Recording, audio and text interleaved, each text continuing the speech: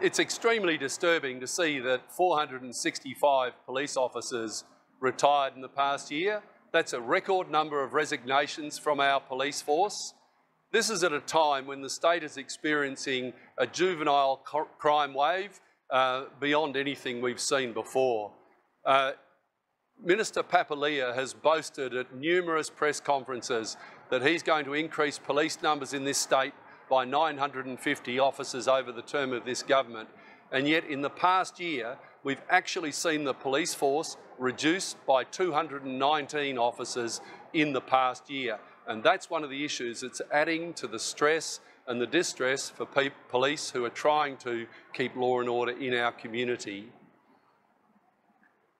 It's interesting to see Minister Dawson call for the US military to come in and help replace bridges in the north of our state that have been damaged by floods. Western Australia abounds in engineering firms and constructors who can do that work. I really don't understand what Minister Dawson is on about. The government does need to focus quickly on repairing those bridges, but I don't think we need the US military to come and assist us in that task. Any questions, please? Does the government have any hope of getting that 700 extra police officers they need over the next 2 years to meet that election pledge? Well, it's not looking good, is it? We're seeing record resignations from the police force, and I know from my contact and the Shadow Minister's contact with the police force that there are real cultural issues in the police force, and that's clearly what's driving these record resignations. For example, police in Western Australia don't get what's called quiet time, and that's time when they can really be completely off and they're not going to be called in, as is the case in Queensland and New South Wales. I think police are exhausted. Police, nurses and midwives were at the forefront of the COVID response, and I don't think things have slowed down for them ever since then. The union is going to have a special general meeting Thursday, where basically the membership, the leadership structure, the board is going to be put under question.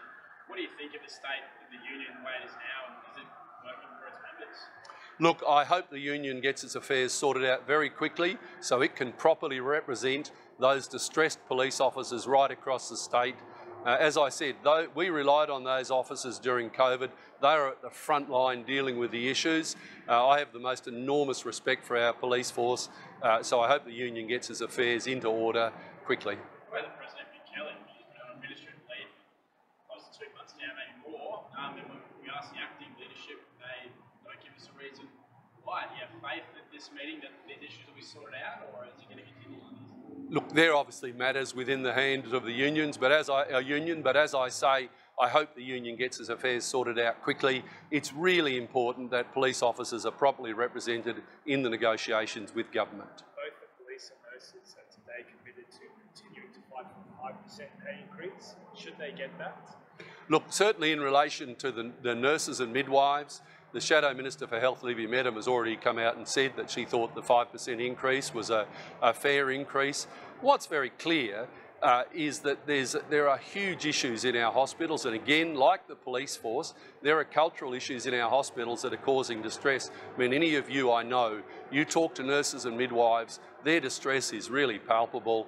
The government needs to get in there and negotiate in good faith and make a proper offer to the nurses and midwives. So just to be clear, the Liberals support nurses and police officers both? Well, certainly in relation to the nurses and midwives, the Shadow Minister for Health has said that she believes 5% was a reasonable offer, and I'm certainly supporting her in that. There are clearly other issues they need to deal with in relation to the police.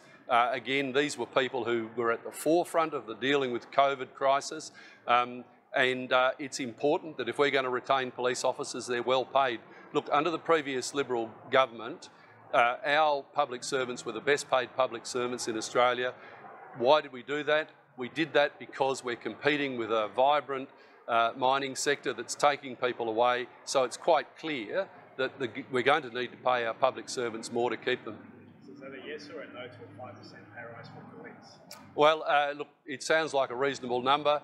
I'm not privy to all of the negotiations. There could be other pay and conditions that they trade off in relation to that. But what's clear is we need a generous offer for the police, the nurses and the midwives to make sure that our hospitals are run properly and that we have a police force that has adequate numbers. You mentioned your time in government and the competitive nature of the market with the mining sector and police. The union doesn't really find that argument compelling. They seem to think it's purely a cultural issue, and the reason why we've seen these large numbers of people leaving despite the current labour market.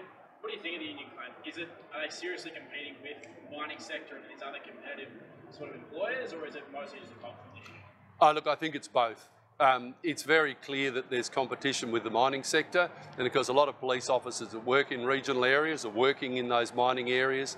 But I think there is an overriding cultural issue in the police force that is driving officers away from the force. And certainly I've had reports of officers, young officers who've joined the police force and they've left in 12 months because they do not like the culture of the police force.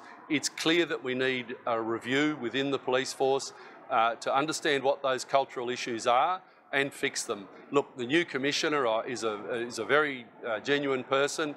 I know he takes his job responsibly, but the new police commissioner needs to work with the Minister for Police and understand what those cultural issues are and deal with them. On the flood cleanup and the Fitzroy River Bridge, you said you think that US military help is probably unnecessary. What should the government be doing instead, and what is it perhaps not doing at the moment? Look, you know, I did mention this before, but one, get prepared early. There's no point in waiting until you've got all the designs ready. Get equipment up there. They need heavy earth-moving equipment up there ready to go. In particular, all of the dirt and rock they need to repair these roads has to be procured from that area. It needs time to dry out, so there should be major stockpiling of aggregate and other earth materials so that they can rapidly complete these road repairs in the north of the state. WA have the workers to complete that work that are already assigned by the Jobs Union. Tradie shortage and a lot of labour market is very thin right now.